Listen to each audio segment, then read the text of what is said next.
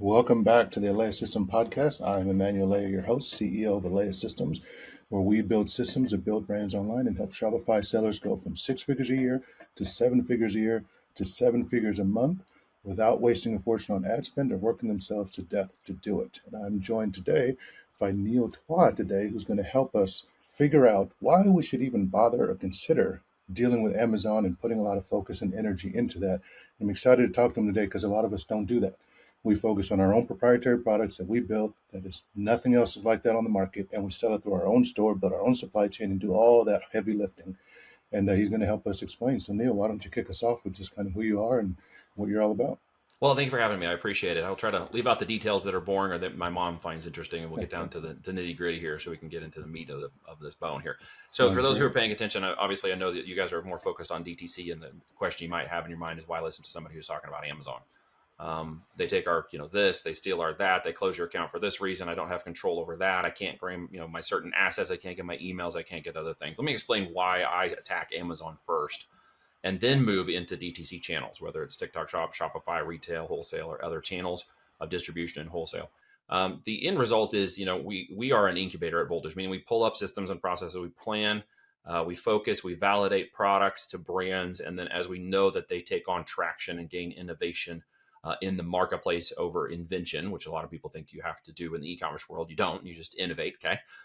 Then we understand that with being a 28% market share on the platform, larger than the next three in line, including Walmart, that there is 150 million buyers wanting to buy in 30 seconds or less. So it solves for me one of the major problems with people who are trying to gain exposure to their brand. They're trying to gain more sales, and that is there are more people to sell and buy on that platform, which is a challenge for a lot of people who don't have a deep experience in, say, Facebook ads, Google ads, TikTok ad, or X now, or any other place, including even SEO or organic search term traffic, which can take a little bit of time to build up on your store.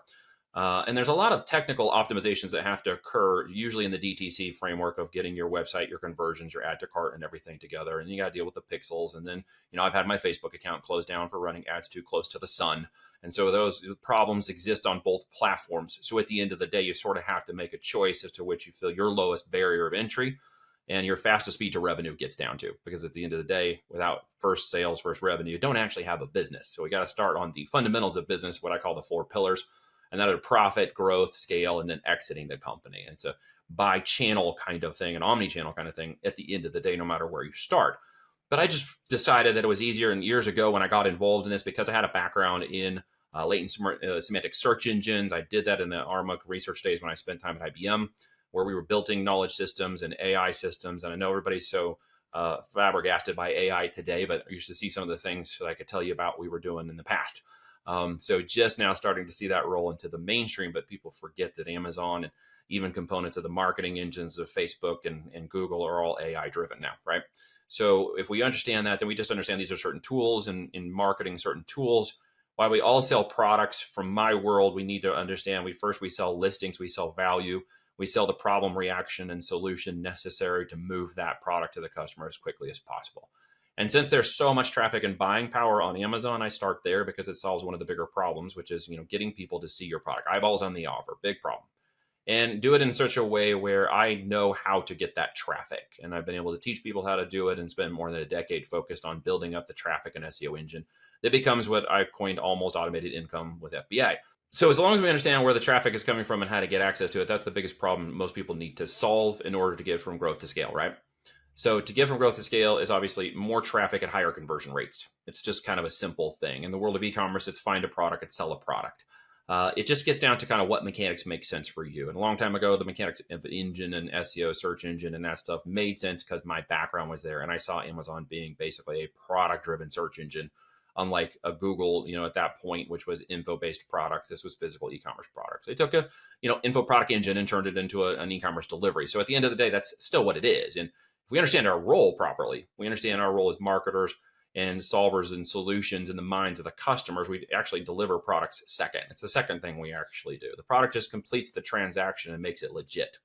So it really matters more about how you sell the product and market the product between different products than the actual product itself. So many people get hung up on, does the product do a good job? Well, at the end of the day, it should do a good enough job that you get your 4 and 5 star reviews, whether it's on your Shopify platform, it's on Google or somewhere else, or whether it's on Amazon reviews, that you get your good reviews. So we got to create a good product. It's almost it's almost common sense these days that you have to create a good product. You can't just go in and sell Me Too products anymore and try to skirt the market or convince them of other things. They're getting much more powerful in their ability to become consumers with education and driven education, and we're getting less fooled by certain marketing tactics today as a society. So really, you just got to kind of go in with the point blank. Here's the product, and how do we know that's changed so much? I mean, you can just look at it as a global culture. There's that lady that's pumping through like 14 million a day by just simply pulling the product up and naming it and then pushing the next product. Maybe some of you have seen that.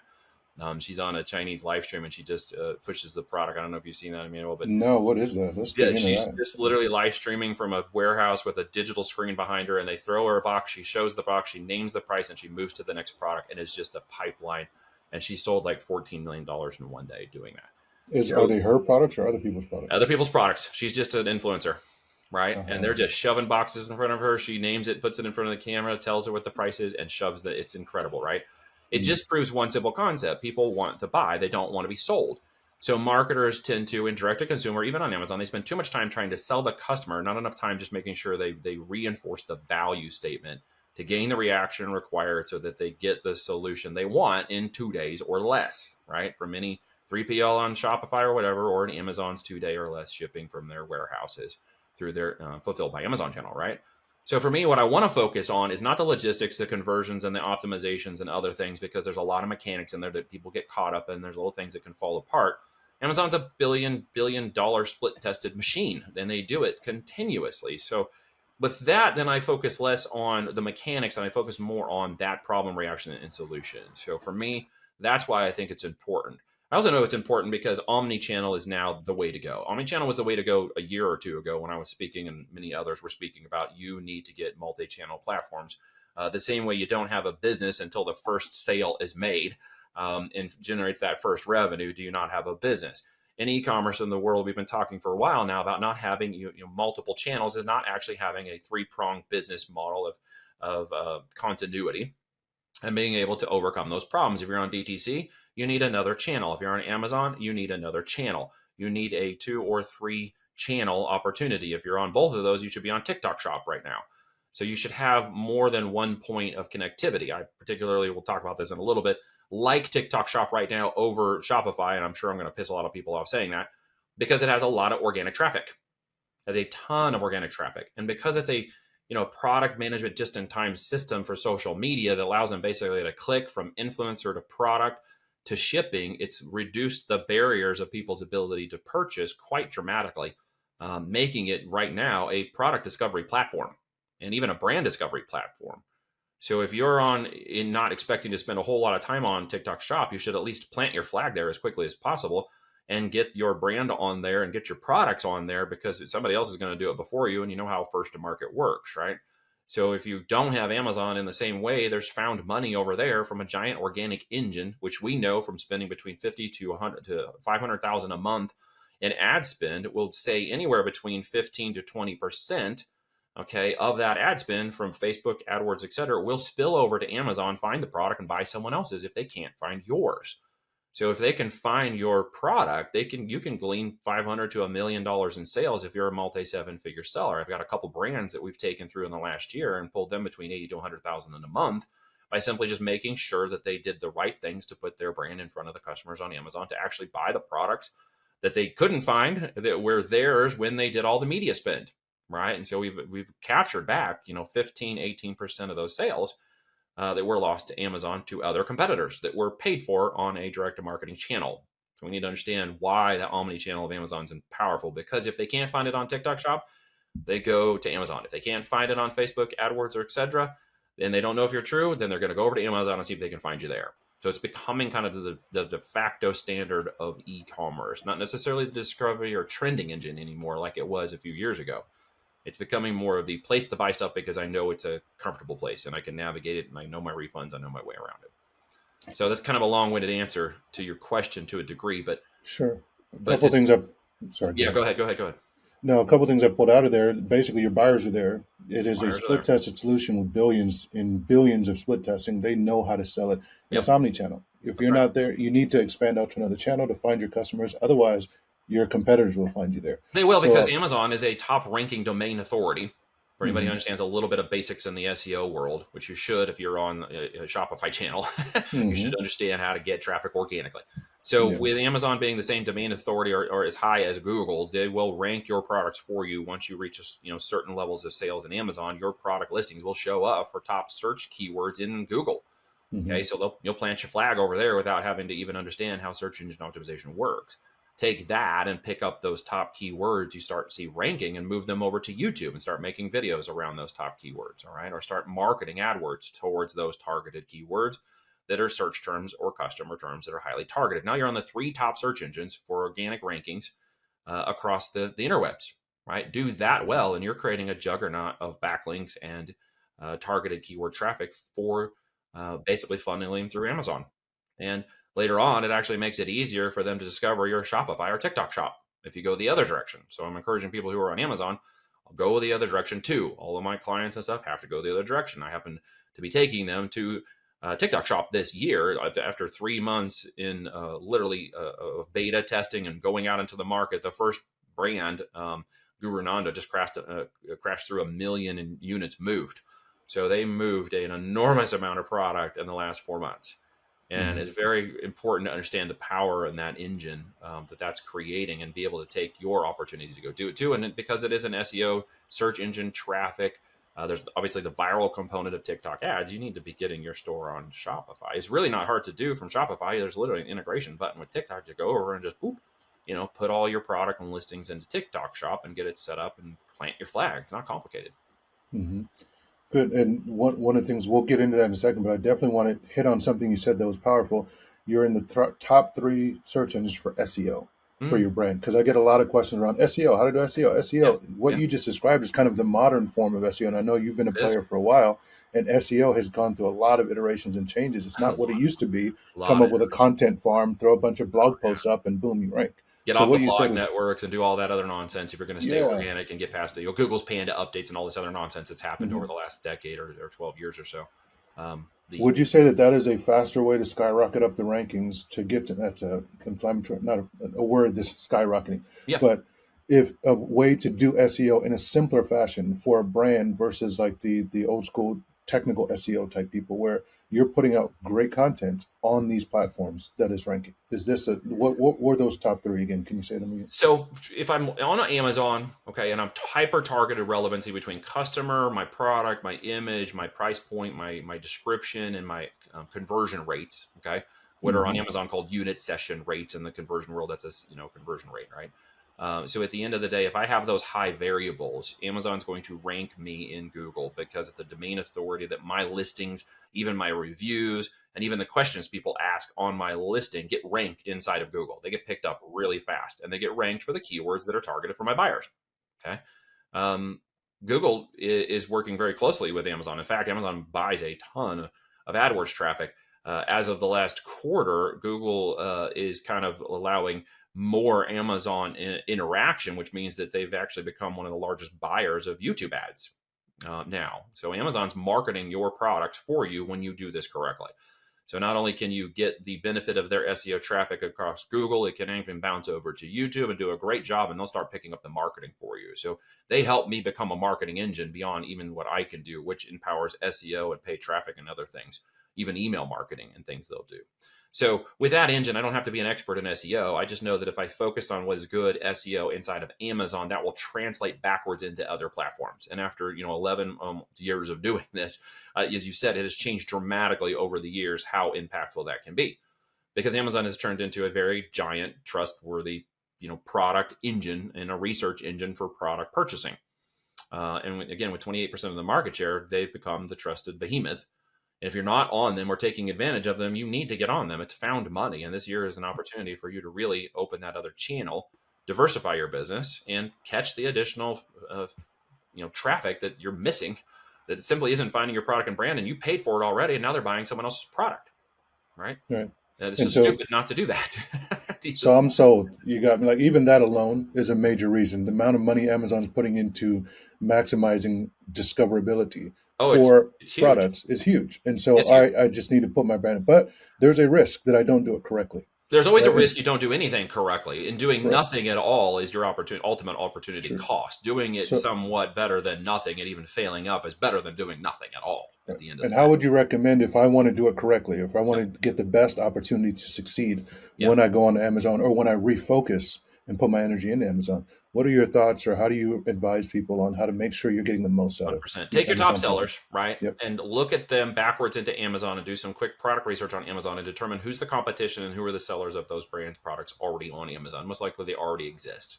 So step one is to do your competitor analysis for existing products you have there on the top on your DTC brand now, and ensure that you've got price point matching, information matching, data matching capabilities on a number of tool sets, or just do it visually by going in and researching it to determine where those price points are, where the product points are, and making sure you've got competitive opportunity in the market. It's actually good to have competitive opportunity. If you have some top sellers on Shopify or your DTC brand and you go over to Amazon and they're not there, well, Amazon can sort of help you become a brand discovery platform. You're just going to have, it's going to take a little longer, okay, to become the competition that drives competition through that marketplace if competition doesn't already exist on the platform. It's kind of the opposite thinking of what a lot of people think you should actually do. What I don't want is saturation. So if I move my top product ideas over to Amazon and I find, okay, this kind of looks like saturation. I did a search, let's just say high level for a battery bank, or okay, and I find all these products on the first page that look almost exactly alike. They're lower price points, really hard to tell the difference in the value. I'm probably in a saturation situation with that product, which means I'd need to innovate it or move another product that is less saturated in the market. If it's more competition driven or higher competition, that's actually a good factor. And of course, second to that, I got to go by the numbers. I got to make sure that if I do have that opportunity and competition or even high competition is there, and I can, rank myself in position with them because opportunity is there and customers are buying it, very important. Then I have to make sure the numbers work. I need to make sure that I understand FBA fee cost, shipping cost. You are warehousing products within Amazon's to move those products in. So you need to know your numbers correctly. Your fees, your turnover fees, your return fees for defects, your PPC marketing fees. You have to make sure that you really understand what does it cost to sell a unit of product on Amazon's platform. Okay. The average fee across most of the brand's platform is about 15%. It can be higher. It can be a little bit lower in other places, but those products are typically lower in price point. So I would also not recommend anybody sell anything less than $50 on Amazon anymore. Okay. There is a lot of volume movement. There's a lot of gurus talking about revenues, but there's not a whole lot of profitability. We talk about products 50 to 150 in retail price point on Amazon now. They were actually the top sold products in 2023 fourth quarter. If you go look it up, I know people's brains again think the more volume you move, the more money you're going to make. And that's actually a fallacy. Okay. It's not only a logical fallacy in business, but it actually doesn't work in the fundamentals and the numbers. And you can prove that by doing it and then go discover your P&L is upside down. So we actually move products that are 50 to 150. So our net profits, okay, what we actually keep, what falls out the bottom when all those fees have been, and if you're in a marketing situation on direct to consumer and you don't understand any of the language I'm saying right now, you need to get those fundamentals down. Okay. You need to know what it costs you to move one unit of your product through your Shopify channel, customer ads, and cost of goods and shipping costs to last mile to the customer. You got to do the same thing and run those same numbers on Amazon. It's very important you do that to ensure your profitability of that so that you can market. Amazon has its 15% fee. It also has what we have is about a 15% fee built into our PPC costs. So people say, well, Amazon takes these fees and it's really costly to sell. But if you have to acquire a customer in today's world with CPMs the way they are on most marketing channels nowadays, if you can't acquire a customer, as Dan Kennedy says, you don't have a business. So you're going to have to acquire those customers on Amazon too. Okay, that is both a cost, but it's also an opportunity cost when done correctly to move yourself above the other brands and become a serious competitor. So when you know the numbers and you can run PPC on Amazon correctly to acquire those customers, you can do it profitably. But understand in any brand building situation, I think you know this, Emmanuel, you need more than one product. A hero product isn't going to really cut it anywhere. Okay, you need a brand that's multiple products selling across multiple SKUs, rounding out all of the again, problem, reaction, and solutions your customers want and need from you. Could be gear, accessories, add-ons, more of the same product. You need to be in a position in Amazon where you add more SKUs into that system. By doing that, you widen the base of your pyramid of search engine growth and brand growth that attracts more people into millions of page one keywords. It's very important you understand it's a search-driven, engine. Okay. If you have one product and a few set of keywords, you can't expect to make 8 figures on Amazon. It's not how it works. Okay. You would need other outside influence, traffic, marketing, social media, et cetera, to even pull something like that off. But you can do it on Amazon if you widen the base of your product scope. If you pull up more page ones, more keywords. So for those of you who are looking at moving some products from that DTC world over to Amazon, you want to put as many SKUs as you can that you know are selling from your current portfolio on Amazon. Round that brand out very quickly with as many SKUs as you can. That will simply give you the opportunity to have more search engine traffic. Does that make sense? Yeah. So from there, then brand discovery is part of what will happen for you in that process of Amazon figuring out where to put you and where your ranking comes in. And as your BSR or bestseller ranking on Amazon goes down from the 100,000s and down to the 50,000 and down to the 10,000, you are now not only being discovered, but people are buying your product more and more, which means they're seeing more and more of your other products. It's very important you understand that, because if you're in the DTC world, and I probably tell you something you already know, then you need a customer lifetime value metric. You need to understand what your average order value is, and you need to understand what it takes for you to achieve those numbers at higher value, so you can spend more money on marketing, and then you can spend more, in the back end of Klaviyo and SMS and whatever else you're using. Direct mail is great, by the way. If people aren't doing direct mail today, you got to get more on direct mail, especially in the 18 to 35-year-old group. They're the largest one buying off of direct mail right now.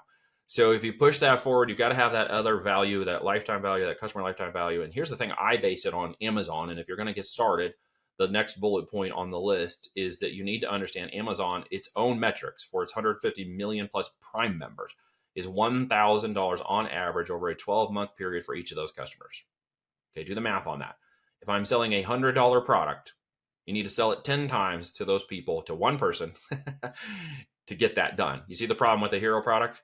But if I have additional products that value that out so that they could buy my products or even subscribe and save additional product purchases over time, every 3 months or maybe even every month, then I'm going to get closer to that 1,000 CLTV, and it should be targeted at 12 months. When you understand what you're getting into, when you understand first sale and customer acquisition to second, third, fourth, and fifth to equal $1,000 in customer lifetime value over 12 months, you now understand why you need a multiple product brand strategy, to say that correctly. So that you have a lot of products widening that base, giving you the opportunity that if one person buys one product from you, they could buy up to 10 other variations, shapes, size, colors, gears, accessory equal to $1,000 in 12 months. That's your opportunity. When you understand that, you really understand how to become the top 1% on Amazon. Okay, most sellers will go into with 3 to 5 SKUs. They find their one hero SKU and they kind of hang out in that for a long time. That's not how we work. We work on growth and scale. I've got some case studies that prove that. Some of my sellers have gone past 5 million a month in 9 months, okay, pushing this scale through this system. And it has huge volume. It runs 7,800 units a minute on average last year. So there is a lot of product moving through this system, right? So hopefully I'm answering your question and adding some Yeah. ultimate context to that for you. Some follow-ups on this. That for 1,000 on average for each customer for every 12 months. Is that on your listing? Is that on your seller account? Is It's on that your on seller your account brand? per Okay. customer, and you know that you could track them backwards through additional price points as they buy additional units from you. As you see them order different units, you can see them order one, you can see them order two, you can see them order the next product you got and the next product, and you kind of see how that customer's value is coming in for you. And is that a metric that's trackable that you can see in Amazon somewhere in your Amazon doesn't reports? have that particular metric defined yet, but just in the Mm-hmm. last month, they've opened what they call Product Opportunity Explorer, which is a Okay. huge data warehouse now that they're finally revealing to us. It's Mm-hmm. been more than 10 years, and they finally have started to give us opportunities for seeing where the brand, market share, product differentiation in the Product Opportunity Explorer, which is part of the seller dashboard. So you have to sign up to the Pro seller dashboard, which is like $49 a month. And in there, you'll get what's called the Product Opportunity Explorer. It's a tool we use in combination with our Greenlight process, our dashboard, our internal software system, to go out and look at where certain products are researched with market share, who are the top leaders, and where are they currently setting with products, and where they're at inside of Amazon's big filing system, so that we know how to strategically come and slipstream into them. Like I was joking with you earlier, we're number 2. I want to come in and be number 2. I want them to take the arrows, and then before they realize that I'm going to just draft off of them, and bam, I'm going to go around them, and there's going to be no stopping me. So Mm-hmm. it just matters when that happens. Could be 90 days, could be 90 months. It's going to happen at some point the longer we're in business competing with them. 3 to 5 years on average in any business model is really what we should be looking at. I know like people want 3 to 5 months and 3 to 5 minutes, but real Mm-hmm. business is done in 3 to 5 years. And so if I'm someone listening to the podcast and I don't have that right now, Yeah. how would I calculate this for myself to see if I'm close to that $1,000 on average for each customer? So in simple terms, you'd go into your seller dashboard, you'd go down Mm-hmm. inside of Amazon's system, and you'd look at the per SKU purchases of a product, and you can see the different customers, and it will show you how many different products they've ordered from you. It's a slightly different metric. You might get a VA to help you out. You can export all that data and then go put it into Excel and pivot tables for some of you geeks. You could Mm-hmm. throw it up to AI and ask it to help you with it and help you data compile that, because AI is doing all that stuff now. Mm-hmm. But its system itself won't tell you that metric. You have to go compile that data for you. Great. And let's assume I do that. And let's say I hear this podcast, I listen to Neil's advice, I go attack that metric. And next year I've moved from $500 to $1,500 per customer per every 12 months. Where will I see the impact? How do I know? How does that help me? Where will I see the results of that progress? Is that my bestseller rankings? Is that what is the impact of improving that metric? Bottom line in your business, because number one, if you're doing it profitably, okay, and you're ensuring that every unit you sell has profit, you will increase the profitability of your business. Because once you acquire a customer in that system and they come back and buy something else from you, it's a full organic sale. I didn't Yeah. pay for them to buy that second product or third product or fourth product. If they are tied to my brand and they're inside the system, and the system is now showing them the product more, it's tracking them around the internet, it's giving them email, it's bringing them back to my brand. I'm not paying for those additional purchases. So what it's bringing to me is full priced, full profit purchases for all those additional purchases that they made after the first time I acquired them. Similar to your world of direct marketing behind, sales of SMS, Klaviyo's follow-up system, email follow-up, direct mail, or anything else you do to reach that customer after you've already got them acquired in the system. You have to know those numbers, because if you got a $29.99 product on your Shopify store and it takes you $69 to acquire that customer, and you're like, crap, I can't keep doing that because it's not profitable, and you've ever said that, then you're missing the rest of this conversation we're having right now. The main point and the main thing to concern yourself with is, could I acquire a customer? And if the answer is yes, then it is now, how do I make them profitable over a longer time? And that is Got it. the answer to your question is more profit over a longer time from more interactions with them, equatable up to $1,000 in purchase price from my brand over a year period, and not somebody else's.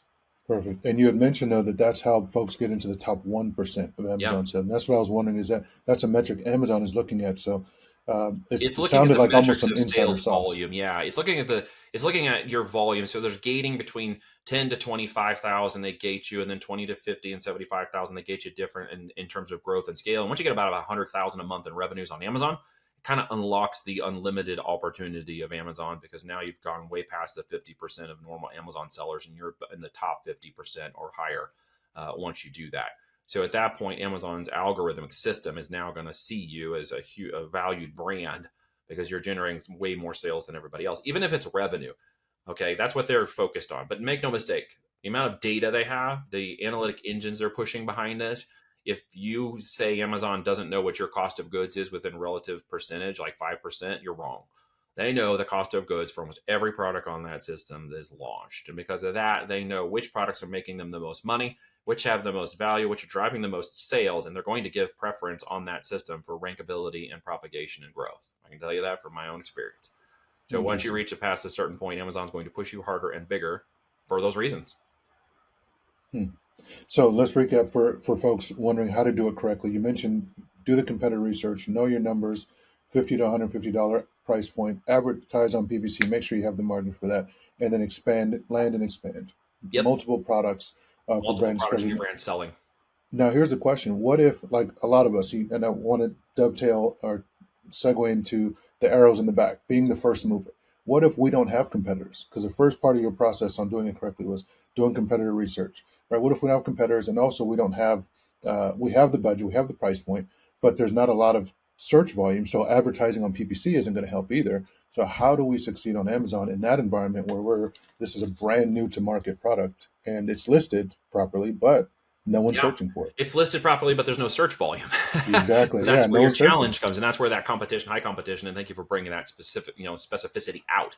It's Sure. search volume. If I look at those keywords and I realize there's not a lot of search volume, if I do the search for, I don't know, bamboo sheets made from Taiwan, I'm making something off on the fly, Hmm. and I see that there's only like 50 sellers, okay, and there's really low volume with sellers, nothing above 500 or 1,000 are returned in terms of the listings, and I do a keyword search, then I'm going to be in a situation where it's not just discovery of my brand that's also a problem, an arrow in the back. It's that people aren't particularly looking for that product. The demand is Yeah. going to be low. So But how do let's, you overcome demand is kind of the question I guess you're asking, and that would be you need some bridge. You need a okay. bridge between them and Amazon to educate them. Okay.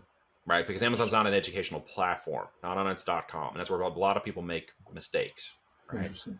So we have audience conversations in the direct to consumer world because we need to have that conversation and convince them and get them to believe about the product or service or something new that they haven't heard about. It's a little more invention, even if the product exists in somebody else's account, because your Shopify store is kind of hidden in the world of billions of listings and systems, whereas Amazon's a public facing marketplace, and it's a lot easier to quickly identify all the other competitors that are in your space. And they're typically only 5 to 7 of them that you will ever totally and truly compete with on Amazon, 5 to 7. So when you have that opportunity, you know who you can take on and you know who you can crush.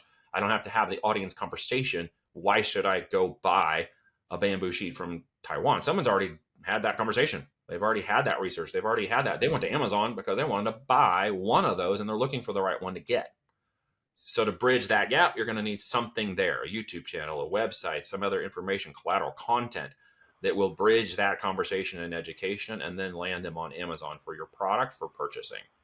Mm-hmm. Interesting. So if you don't have that and Mm-hmm. you're starting off on Shopify, Yep. Or even not even starting off Shopify either, you're Just a first to starting on market product. Mm-hmm. Yeah. How do you succeed on Amazon? So it's product discoverability. What the hell do I Mhm. sell? Right. Mhm. And who am I going to sell it to? So when it comes down to the data, Sorry, the if BS you have a product already. I'm so sorry. I should have if you already have a specified. product versus You already have a product. product. Yeah. You've made a product. It's first to market. There's no competition. There's not 30 to 50 out there. You don't have any competitors, and there's no search volume. You're not going to start on Amazon. Perfect. Okay. Can you explain more? Well, because Amazon, again, is not a brand discovery platform. If you have a Okay. brand new product, an innovative idea, if you are bringing an Instapot to market, but you know there's a huge market for crock pots and there's no Instapot yet, take it to a brand discovery platform. Okay. Which would be something like YouTube or TikTok shops. Mhm. Those are more brand discovery platforms. From there, make people aware of what it is, let them see the value of it, and then when you put it on Amazon, anybody that spills over is going to find it on Amazon, and it will start to rank up. And as more competitors will enter the market, no matter what you do, even if you invent something, competition is going to come into the market and find other ways to innovate and patent around your design. Have patents, know how that works. Okay. But that's also your opportunity to be the leader, so don't be worried about that. Like people are so worried, what if I build something and there's competition? That's the wrong problem to focus on. Okay. Innovation will fix that problem every day as long as you keep innovating. But what will happen is the market will continue to grow and the people will become more aware, and then Amazon will become a stronger presence for you as more people build Instapots and variations of that will simply increase the visibility, search terms, and awareness of that product. By the time they get to air fryers, which is kind of the next innovation of a Instapot or your grandma's crock pot, okay, then you're going to just have more opportunity. Instapot is a $1 billion company, right? Air fryers are becoming $1 billion companies. So don't think in limiting or scarcity beliefs in that way, but just know that if you're coming with a net new product you've defined that's innovative and not in the market, Amazon is not the place to land. You're going to land in more of an educational direct-to-consumer format first, and then later on back into Amazon. And that's more of what you described, TikTok shop and YouTube. And discovery platforms, right? Something like a YouTube video that discovers that product and people get a little education, understand what it is, or they go and they're discovering it on TikTok because it shows up and they're like, hey, I've never seen that before. That's pretty cool. I want to check it out. There's a lot of brand discovery happening in that marketplace right now. And what would that discovery link to at that point? Because we're not on Amazon at this point. What are we linking to close the sale? Yeah, if you're discovering over there, innovating, then you're probably hitting a Shopify store, you're hitting a website, WooCommerce or something, or maybe even setting up your TikTok shop. Okay, and having your TikTok shop be the place they land to purchase that product and have it delivered. But one way or another, you're on those platforms to start off with. Should you look at Amazon at some point? Absolutely, because you need that pillar. You need another pillar on the platform. And when you're thinking about where do people go buy, Amazon is where they go buy. So make sure that you do establish that at some point, even if there's not any competition yet, and you're the first one in there. Yeah. Brand discovery will pull them over later on. And can we talk about two burning things, especially since we're in this discovery environment, even with Amazon? We can bring Amazon back into the conversation. TikTok shop. You brought that up a couple of times. I'd love to know more. You guys are doing a lot. with figuring out TikTok Shop and figuring out what's going on, as well as a direct mail, which is applicable whether you're on Shopify or Amazon. These are just channels that are They're working just well. channels of reaching customer with marketing for, sales.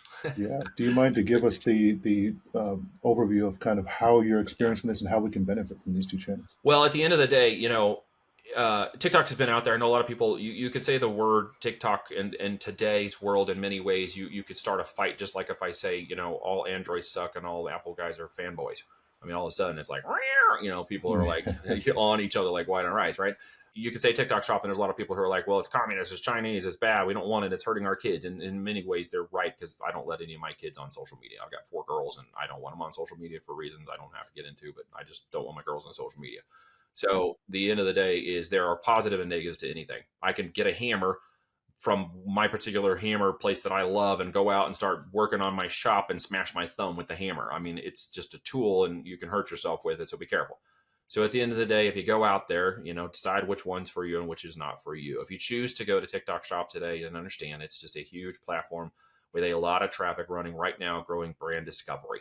So for a lot of people who are moving from different channels of growth, either established DTC channels that need to consider Amazon or Amazon who need to consider DTC, it is another search engine opportunity. There's a lot of search engine traffic. It is an ecosystem of traffic and eyeballs coming to videos and even offers, and that adds a way for people who are novice or to medium expertise, if you will, with paid ads and traffic that they may be having challenges with.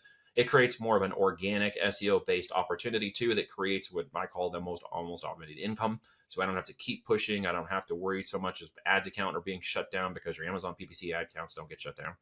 So at the end of the day, I have organic traffic and growth off of my time, energy, and attention to focus on, where I'm not worried my entire business literally stops in 30 days or less if suddenly my ads account shut down. So you don't have those kinds of problems. When you build up the affiliate side, it's called TikTok Shop Creator, and you go out and get affiliates on that platform to promote your products for commission based, okay, anywhere between 10 to 30 or 40% commissions. You're incentivizing them to go create content on your behalf. And that's very powerful nowadays, to have user generated content powering your system. I suspect you probably talked about it at some point on this podcast. Very powerful. It's also very costly if you do it wrong. And it can also be troublesome if you go out and try to get UGC creators or get in front of them and find out while I got a 10,000 person audience and got 50 clicks, it sucks.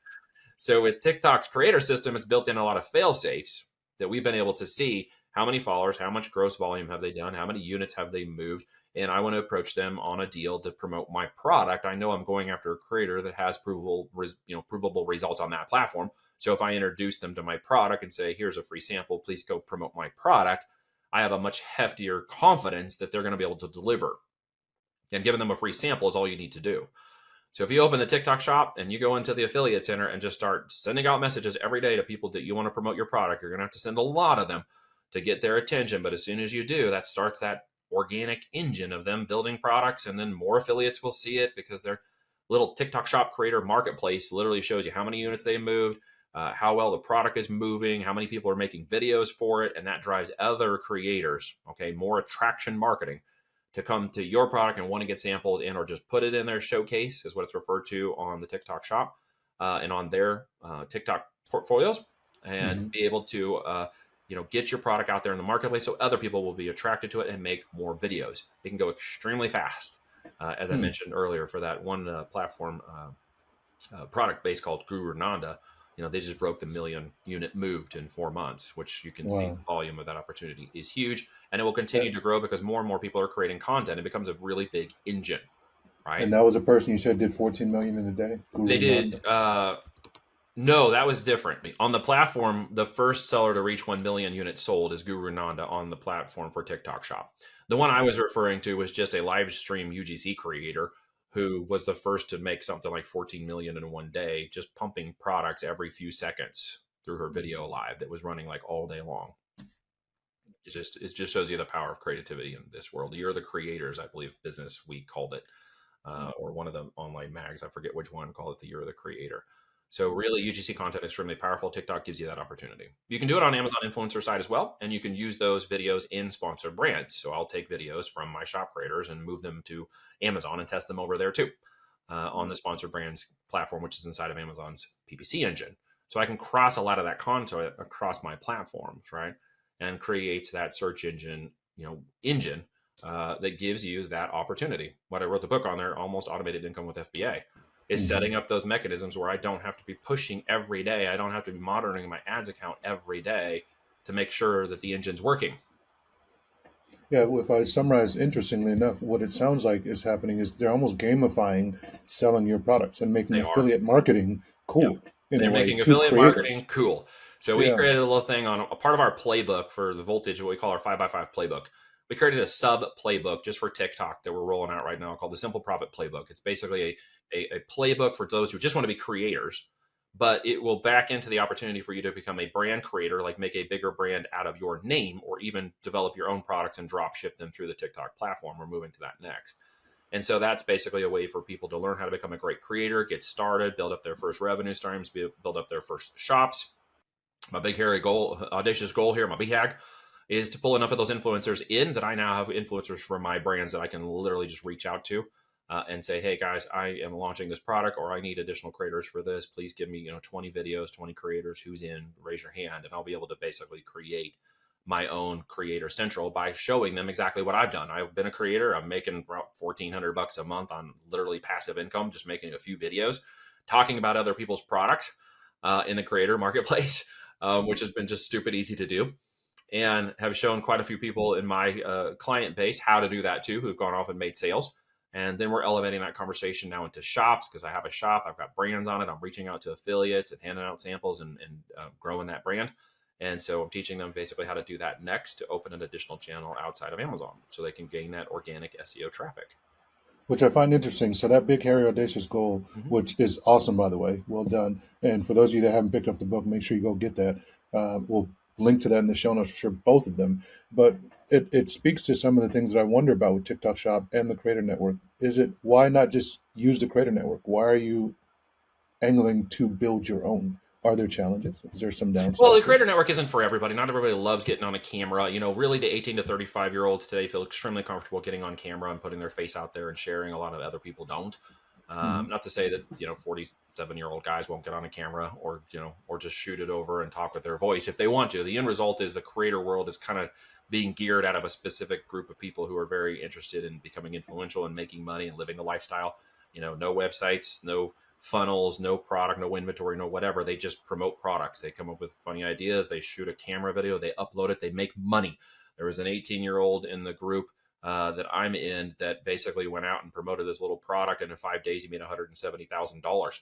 Right? He just literally a camera video, backyard. Part of it had his dog. He only showed his face for like 10 seconds, maybe 6 seconds, and then talked about the product and where to go get it. And that was the whole video. I mean, what did we just see out of the Super Bowl, right? With what's his name, Kanye, or we call him Z now, or Yee, or I'm sorry, I forget which name. I'm not that cool. Yeah, The it long story changes. short is he shot a video in a car and made like, what did he make? 14 million, 7 million, 10 million? I Mm. forget the numbers exactly, but Mm. he literally just shot a video in his car and that was the commercial for the Super Bowl. Mm. So I think so many people overthink this idea. They think Hollywood, they think movie, big, flashy, big scenes, this kind of stuff. And do I put captions? Do I put music? Do I do all that stuff? I'm like, no, man, just go for it. Just turn the camera on and talk to people. Just find that Yeah. hook. And so that creator side can grow up, extremely fast. If people elevate through that, they could start their own shops, make it POD, maybe eventually order their own product, build a brand. Not everybody's going to want to do that, but the creator side is something you can grow and build that doesn't require that. But yeah, my big area just goal is to teach as many 18 to 35-year-old creators how to become excellent creators, or to make them better creators, so that my group of people and who are building Amazon and TikTok shops can use them inside of my network, inside of Voltage, to build up their own content base. I see. So you want to basically do something in parallel with That's right. the audience network, basically encouraging people to utilize this new platform. Absolutely, because why? Mm. It benefits everybody. I'll show them Right. multiple streams of income. I'll show them how to become a creator and become a brand owner if they want, and become bigger in their brand if they want to become a bigger marketplace brand just in the creator side, or if they want to open shops and go out and sell more products and become the product and brand owner, right? They can go that direction as well. Very good goal. So tying it back to creator Shopify sellers who are not on Amazon, Yeah. is how would we leverage this Yeah. to help our brands? A couple of different ways, right? Obviously, getting on Amazon means you've got to start the right way. And I would suggest if anybody's listening to this, you definitely want to make sure that if you're on, 6-7 figure path on Shopify, you have a business, you have an LLC, you've got a registration. I'm sure you've talked about this before. Make sure you run a real business. which means all that asset can transfer to Amazon. So when you go to set up your Seller Central account, make sure that you're setting up as a business. Make sure you're setting up as the professional account. Make sure that you are going through the brand registration process with all those assets, okay, using trademark as well, okay. Make sure that has brand and trademark on it. You don't need to go as far as a utility or design patents, okay, not unless you find that there's something really holistically unique in there. And you should get those products up on Amazon. Now, remember, you're selling listings to people, not products. Amazon's selling products to people. So if you know you got your product well in hand on the Shopify side, really focus on building a good listing, building good keywords, building good visuals, making the images really appropriate for the psychology of the buyer on Amazon, which is different than the psychology of the buyer on the direct to consumer. And that's where I see some people fail. I had a client come in last year. He had done, he's doing about 30 million on the DTC side. Did all of 16,000 on Amazon the year prior to that, total of $16,000. So they were not able to conscientiously move the conversation correctly to the Amazon's buyer psychology, which is very different than someone buying on a direct to consumer storefront. And a lot of people don't understand that. They just think if I build it, they will come. We've all watched the Kevin Costner show too many times. If I just put it on Amazon, I'll make money. How hard can this be? It's a very different channel. After 10 plus years of being on that channel, it is a different beast to ride altogether and requires certain inner complexities that just come with experience, not brand new people. Now, go do it, get started, put your listings up, put your best foot forward, focus on your keywords and your keyword optimization. And remember to just in simple terms, know that you don't have to educate the Amazon consumer. You simply have to get close to their problem, reaction, and solution as fast as possible so that they will add that to their cart. Okay. So don't become the direct marketer who's trying to convince people to buy your product on Amazon. I see that happening too many times. So that's one of the things you should do. Okay. If you want to make a quick jump too, because it's not difficult to do, then go to the Seller Central side of TikTok. Okay. They have a seller TikTok platform called TikTok Shop. In your Shopify, all right, down inside of the integration sections and in the add-ons, you can literally add TikTok to it. And you can literally port your listings and stuff and connect it with TikTok. You can even reverse fulfill it if you're on a POD provider integration inside of your Shopify. Then any TikToks from orders that would be drop shipped or purchased through the TikTok shop can be reversed back through Shopify and delivered that way. So you can actually set that up relatively easy. So I would recommend you also put your business on TikTok shop from the very beginning. Don't sign up as yourself. Don't sign up as an individual. Go through the process. Sign up as a business. Do it the right way from the very beginning. You'll save yourself a lot of trouble later on. And go ahead and just imperfectly start those stores up, right? If you are looking for more detailed and more information, I'm sure we'll have it in the show notes if you need some more information on how we do that. But just gets, in perfect action, something perfect happens along the way, right? So it's better to do something than nothing. And those TikTok shops, I have heard some horror stories, and we've helped a couple clients Yep. through this and setting them up. I mean, literally, you're sending in your passport photos. You're like, it's a lot of stuff they They want. want to prove that you are a legitimate business owner. And as long as you can do that, it's a lot easier to do. Okay. And you don't think it's excessive? No, Amazon does the same thing. I mean, why they're doing that is because marketers like us 10 and 12 years ago went in and jammed up all the systems when we went and flooded those things with all these other types of, hooks and workarounds. And, people try to drop ship and stuff on Amazon, and that doesn't work very well. It'll get you closed down. People try to run that retail arbitrage game or that wholesale arbitrage game, and it doesn't work terribly well and can't be extremely profitable on scale. And only a very few people I know do wholesale profitably on scale. Most of them don't do it correctly. And retail arbitrage and that kind of stuff on Amazon is pretty much dead. So don't even try to start that or it would just get shut down. So you really have to be building as a business and proving that you're a real business from the very beginning in order to get the systems online and keep them online, which is just as important, right? Yeah, this is exciting because what I'm hearing from you that's new and exciting is we've heard a lot about TikTok shops. That's very exciting. That's trendy. But this idea of tying that to the creator marketplace where they're gamifying for creators who can sell the most products, that really makes it make a lot more sense. Didn't Well, I mean, realize we're that. all out there getting UGC content in some ways. Maybe you're trying to Yeah. generate it through your list by follow-ups and tools where you're trying to get them to leave you videos, or you're out, marketing to people and saying, "Hey, you bought my product through email or whatever. Come give us a review. Come give us, information." Or you're out on Incense and .pro, or you're over on joinbrands.com and you're trying to pull UGC content together, right? They've built the creator platform on scale. That's one of the cool things about it, right? And you can go out and then hit up all these people. as affiliates for your product. So don't overcomplicate this. If you get your products on the shop, your next stop is the affiliate marketing center, and your next stop is open collaboration so that people can request samples of your products. Okay. Target the right metrics of people who have sales and certain followers. So you're not just giving samples to some guy who's never made any sales and has 5 followers. And the content will creep in, and as you add some additional content yourself and you invite more and more people to come be a part of your affiliate, that kind of kicks that engine off. All right, getting more people to get out there. They see the sales coming through the marketplace. They say, hey, this thing's starting to trend up, people are making sales, I'm going to add this to my showcase, I'm going to create some videos and see if I can make $6 or $10 off of this every sale. And they're going to become the affiliate side of that engine. And once that gears up and starts, it becomes like an avalanche. How strongly do you feel about the creator marketplace and this affiliate? I cited things like, do you recommend? I've heard a lot of people just simply saying TikTok shop only. Just set up a TikTok shop and you're good to go. Is TikTok shop enough? Well, TikTok shop by itself is no different than a Shopify platform with no traffic. It's not just putting it online and adding your products will mean that people can actually see you and do something with it. You have to instigate the engine of marketing behind it. Okay. And the fastest way to do it is affiliate marketing inside the center within TikTok shop. Okay. Otherwise, you've got to go do paid ads from TikTok, or you've got to build up your brand creator account by posting videos about your products, etc., or the benefits of your products, mostly, not just sell the product, and build up your own, TikTok portfolio creator to get more traffic to your listings. It's kind of the same deal, right? And get that organic engine working in the long term. So there's no like push button, whatever, even though we know there's traffic that can push button. You should really start that affiliate campaign, really get that engine organically moving in the system with search terms and keywords and people making more videos and wanting to make more videos of your product, and then amplify what's working with the TikTok ads, right? Later on, you can go in and you can literally go through the Seller Central and create a campaign, sign up for the TikTok shop, and then just click right across, similar to the way you can do it in Shopify, into a campaign that promotes your product to the 18 to 24-year-old demographic of females who are looking for health products, and you sell health products. And you can add that traffic source because TikTok has a great advertising platform and engine in there as well, and very similar sort of to the aspects of the Facebook Meta AI engine for growth. TikTok is following very similar types of patterns for not touching in a certain amount of days. You've got to have a certain learning curve.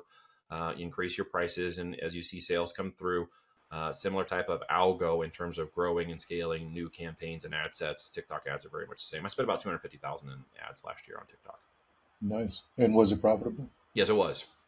Okay. No, profitable to what degree? Because people are always like, I want a 6 ROAS, I want a 7 ROAS. I don't see that. I actually used it on our consulting division first before I started on the products, because I thought, what's the most difficult thing for me to prove that TikTok actually works on? Because I know it's going to be shooting fish in a barrel on the product side once you develop that product side well, and it drove a couple million in sales. I'd say that's higher than a 1 I or was 2 super ROAS. happy with it up until they shut me down because I was speaking about Amazon, and when they opened the TikTok shops, they killed brand referral links for anybody who was trying to referral traffic to Amazon from TikTok, which was a really good deal up until that point. And then when they launched TikTok Shop, they pretty much just hammered my account and shut me down for paid ads on anything Amazon related, because they opened TikTok Shop as a competitor. Yeah, makes sense. So then, as we start to wrap up here, so do you have a sense of, like, if people are going in and doing the right things, what types of returns they should see? Do you have a ballpark, or is it one of those answers of it depends? It is a variable as much as you would expect it to be. Obviously, keep it low because they have a seller health account within the TikTok, just like Amazon, and they don't have that on Shopify to a degree. You have your own problems with your accounts if people refund and your merchant accounts get shut down, and that's one of the problems of that, right? It's a different thing when you're on a platform that's measuring metrics inside the platform against other sellers, which is very different than Shopify. So in that way, you have to maintain certain metrics, return metrics, seller metrics, to keep your dashboard green, both on Amazon and the TikTok shop. So you have to be aware of those metrics and keep them good. So you can't have high return rates for your products where you'll be throttled or suspended. Makes sense. And so are you allowed to use the affiliate content that was made in your TikTok ads and run that creative? Absolutely. That's one of the benefits. There's something called Spark ads. Yep. So in TikTok, when you go to run those ads and you have a UGC creator and affiliate, you see they're doing well, you can ask them if they haven't already given it to you for their Spark code for that asset that's setting in their account. They'll get a benefit of more followers and traction if you promote it, but you get the benefit of using that Spark ad in a direct to consumer ad.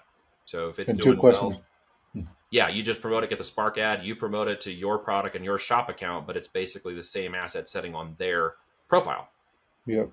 And two clarifying points. Do they charge you extra for that? And does it expire? I heard those are 30, 60, 90-day only terms. 365-day Spark codes now, and they don't Okay. charge you for that. So if you gave an affiliate a product for free sample and they create a video that goes off and does 100 sales, and you're like, I'm going to go boost that on a TikTok shop. Hey, can I get your Spark creator code? You get the code, you place it and get a permission to do it inside your TikTok. I know I'm leaving a lot of the details out, but in essence, you get approval to do that. You go over, you create a new campaign, you run the ad against their creator on their profile in TikTok, but it directs to your store. Nice. Love Right? it. They get the benefit of the followers, you get the benefit of the product purchases. And can you use that content outside of TikTok, or is it only on TikTok? You have to look at the permission base, but you Okay. can, as long as it's given on a public platform for your particular brand. Then we've been able to download that. There's just ways you have to get removal of certain watermarks and stuff before you send it anywhere else. Got it. And then this channel, we explored this one very in detail. Thank you for that. Direct mail is something else that you said is coming up. We've heard about that. What is it? Postpilot. There's a couple different brands that are really trying to integrate that in with like Klaviyo and your post-purchase workflows. How are you using direct mail to succeed? So direct mail is just one of those things that, you can pull people back to Amazon by you can do a crossover from info databases that exist online. You can't take it directly from Amazon or market directly to Amazon. So that's one of the problems with Amazon's system, really, at the end of the day.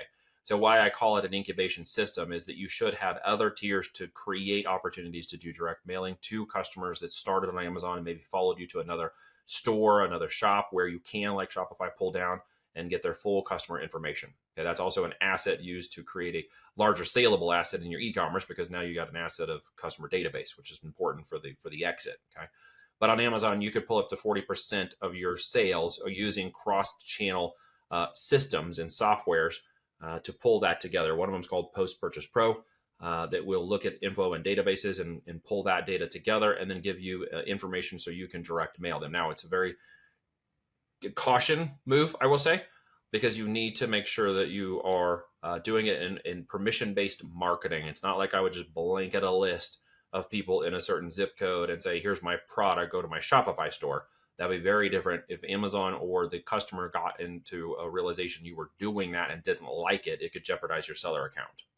So you would have to do it in such a way where it was more permission-based marketing to take it from Amazon and do the direct mailing. And so there's a couple of techniques we use in order to do that.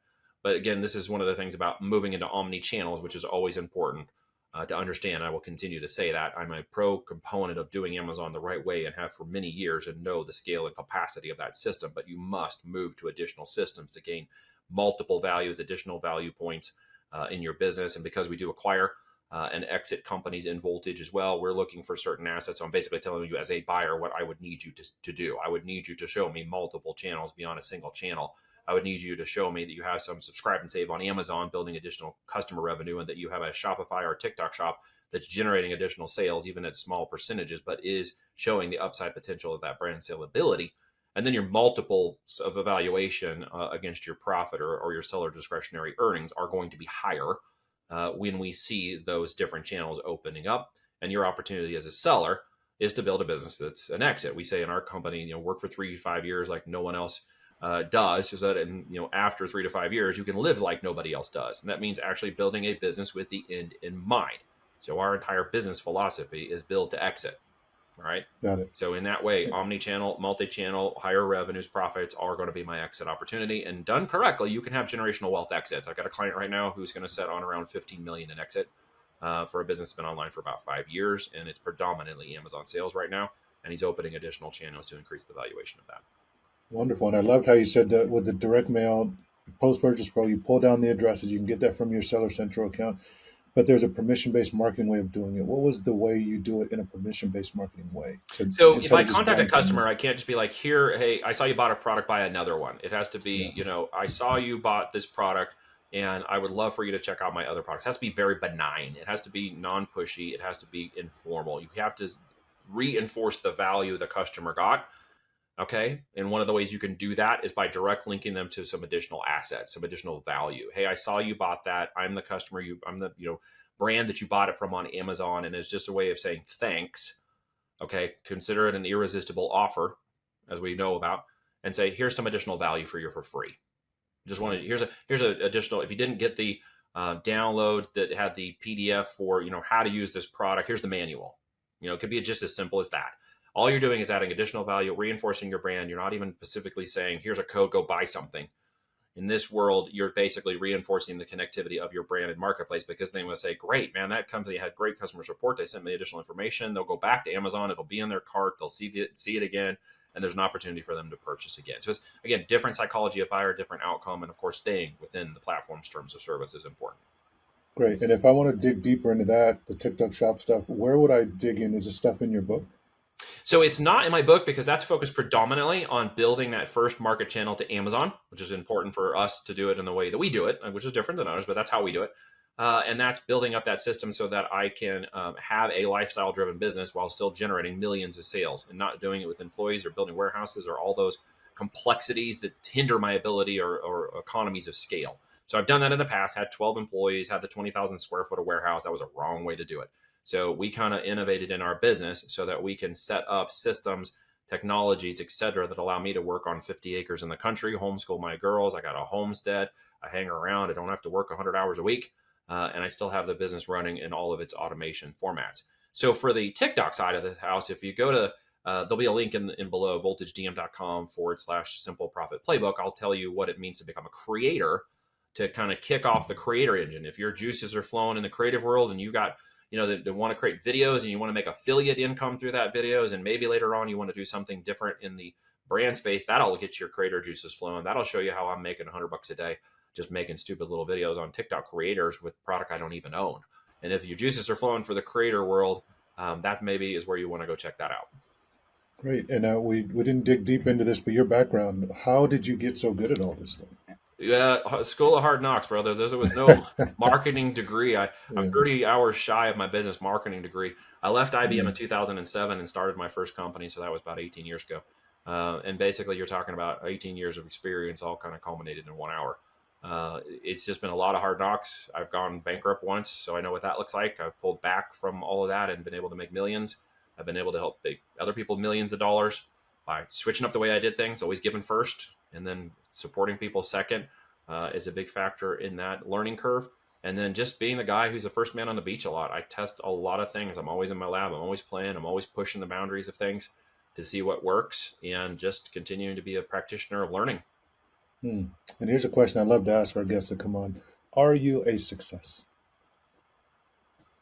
My mom thinks so. My daughters think I'm their hero. I'd love to keep that for as long as possible. In that way, do I feel like I'm a success?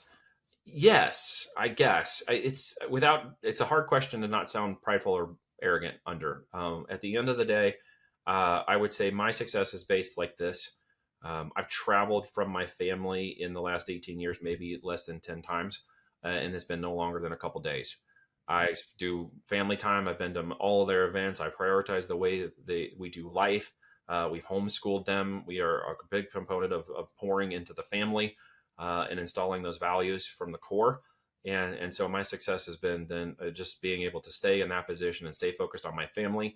And that gives me the ability to be in this way with the business and, drive the business that drives the lifestyle that allows me to stay as that primary focus and objective. So in that way, that's been successful.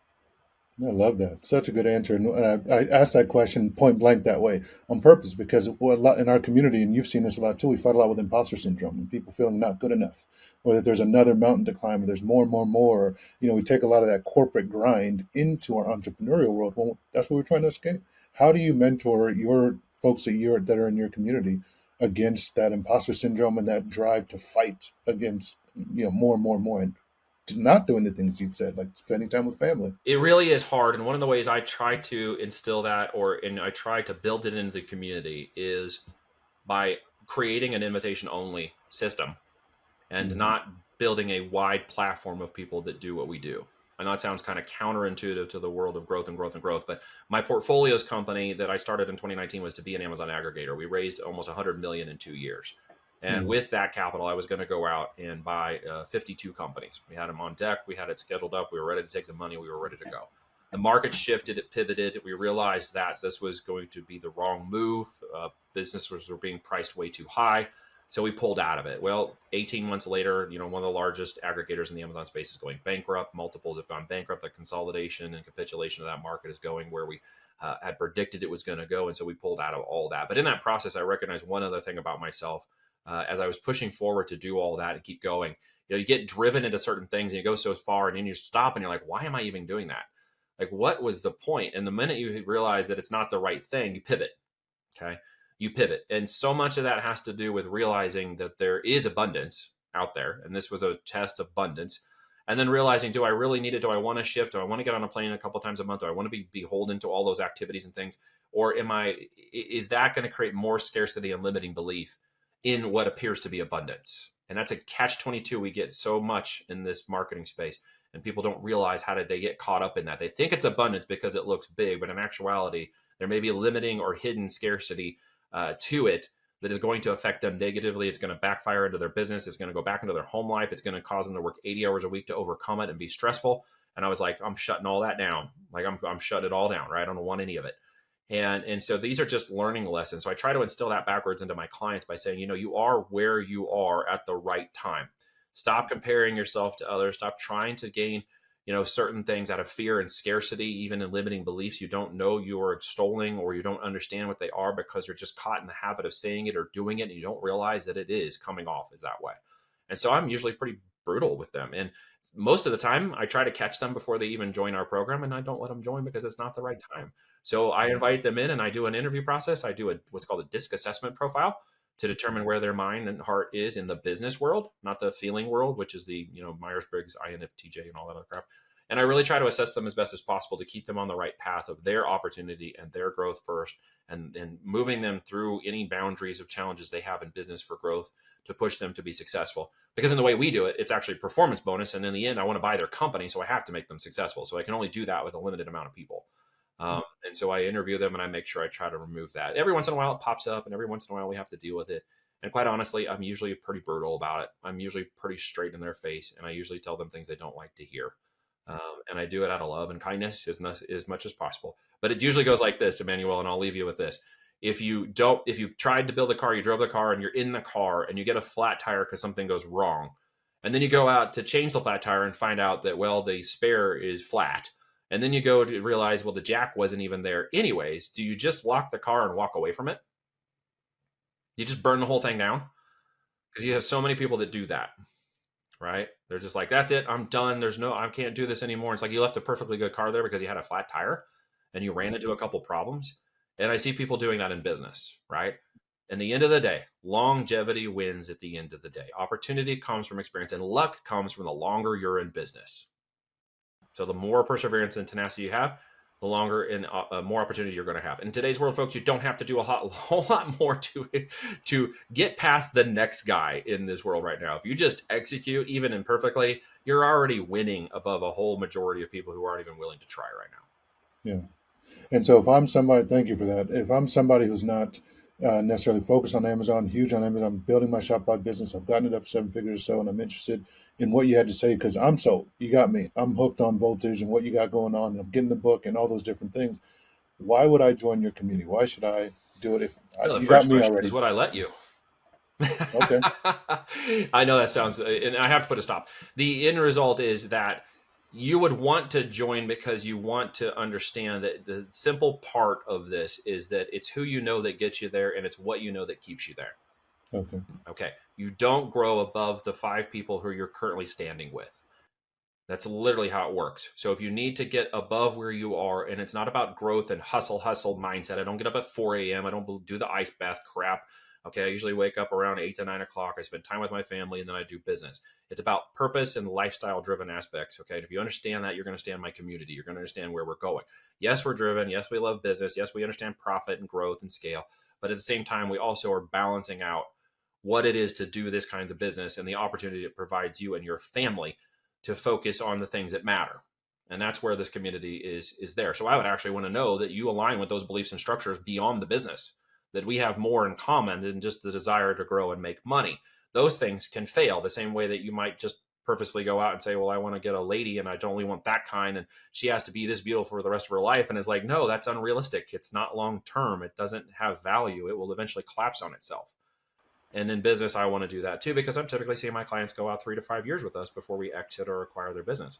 So I need to know there's longevity and purpose. And then that way we make a community of people who follow that process, who are the next people who are leveling up, who are in that process of 6, 7, multiple 8-figure businesses. And in that area you want to focus on, if it's Amazon, that's the next 5 people you want to be in line with. If you want to make that kind of money, then that's where you got to go. Okay. Second and last question: what is it that you're offering? How do people work with you? Well, first they interview me or I interview them. It goes both ways. So they're going to connect with me first. If you go to my funnel, if you talk to me, if you go Google me online, I got a short last name. It is Twa. It's not an accolade, or a PhD or an MBA or any of that crap. It actually is TWA. And no, I'm not a small Asian guy. I've got Norwegian. Is this sense of Vikings and 6'5". But the end result is, if you go over there and check that out, there's a video you'll see that goes over our business profile. You'll be able to connect with me personally on a text message. You'll message me. We have a conversation. If you feel it's a good fit initially, then we'll set up a no pressure discovery call. We'll go through the call. You'll take the disc profile. You'll actually apply to be a part of what we're doing. And that would be either a client relationship. Maybe I'm on DTC and I'm doing really well, and I want to get on Amazon and I need your help to consult with that. Or I want to start and be the seller and I want to go execute and I want you to help train me. It is a 12-month engagement. It's $35,000 to work with us. I don't believe that we pay for all that up front, so I got a performance bonus structure built in. We're going to go to 100K in net profits, okay, in the first 12 months after revenue starts. Or I eat 10K of that, guaranteed. So I hold back 10K, and I'm saying there's a performance goal. You're not going to pay for it if we don't hit that metric together within our done with you aspect. Okay, we're going to go in, we're going to attack, we're going to have timelines, we're going to work together. We're going to go after that net. If it's brand new, we're going to go for that net. If it's an existing company, we'll mark a date from the time we start, and our activities together should generate more than 100K in net profits in that time frame. Then that performance goal kicks in. So the remaining 25K of that fee, while I give you 12 months, I actually give you 7 months of it for free. I only make you pay for 5. So you pay for 5K a month over 5 months. And that's a primary set of our consulting, but we actually work with you over 12 months. So I have it structured in such a way where it's pulled out. If we agree to work together, there's an installment plan of a good faith that's done in that way. And we're going to work together. A lot of that work is going to be done in the first 5 months to turn around, grow, or scale something that you've got control over or want to gain control over. And then we're going to spend 12 months together in a one-on-one format, ensuring that all of those things are executed and under our strategy correctly for that specific growth and gain. Once you're in my network, there's a potential opportunity for what's called first rights of refusal, which means that if the business goes out to market, you give us the first right to look at it. We may want to acquire it. We may want to broker it. One way or another, we've got network, we've got capital, we've got people who want to buy companies, and we can also be the exit path for those who are wanting to grow and go. So if you get inside that program, those are things that are going to work. If later on we decide there's a business we want to buy or things we want to do together, I'm doing all kinds of deals with people inside of that private network. And is this only for people with strong Amazon businesses or with Shopify businesses as well? So it kind of combines both, right? So Okay. It would be somebody who wants to get started on Amazon, but wants to go hard and fast, build a business, not a side hustle or a hobby business. If they're on the DTC world of Shopify and they want to then take on the Amazon channel, it could be for you too. We're going to train, we're going to teach you, we will teach your people how to get that done correctly. If you qualify, and right now I have a waiting list, there's an account management services built into the Voltage Business Builders platform. You can only be eligible for it if you're inside of our Business Builders group. At that point, I have a waiting list right now. We can take over full channel management on the Amazon side. So if you're a DTC brand like the one I mentioned earlier, who's doing about 30 million on the DTC side, we've taken over full management because they have very good brand access to expertise on their side, emails, and the movement of the product. And then we help them turn up the Amazon channel from the very beginning and manage the full services of that channel for growth. And we are going to grow, so they're going to have to move fast with us. Got it. And final question that I didn't get to as we were talking is we talked about land and expand. It's like if you're a healthcare brand and you go onto Amazon and you want to find complementary products, how do you evaluate what the demand for another product? You found a product and you're like, oh, this one I know is going to work well with my product, but do I know that there's enough demand to make it a 7-figure product or So if you can find product? like 3 to 5 competitors, maybe up to 7 that have products somewhere in the range of 50 to 100K BSR, then you're going to find product competition that's not necessarily saturated. That's a good first level metric. And you're like, well, Neil, why would I not go after the brand that's got a 3 BSR? Because it's going to take you a long time to catch that guy. And that's going to be a hard upsell. And if you're in the supplement world, it's going to take you a lot of capital to do that. Okay. So your opportunity is where's the lower hanging fruit? And it's typically in the 50 to 100K BSR. Products are selling great. If they're selling other branded products that are of a what is called a lower BSR. Basically, they're closer to 1, anything lower than 50,000. Then you're going to have the opportunity to overtake them in time. You're going to be able to pull your products, pull your brand together. There's competition, but there's not saturation. Really, the other factor is making sure you have more than $12 in net profit per unit.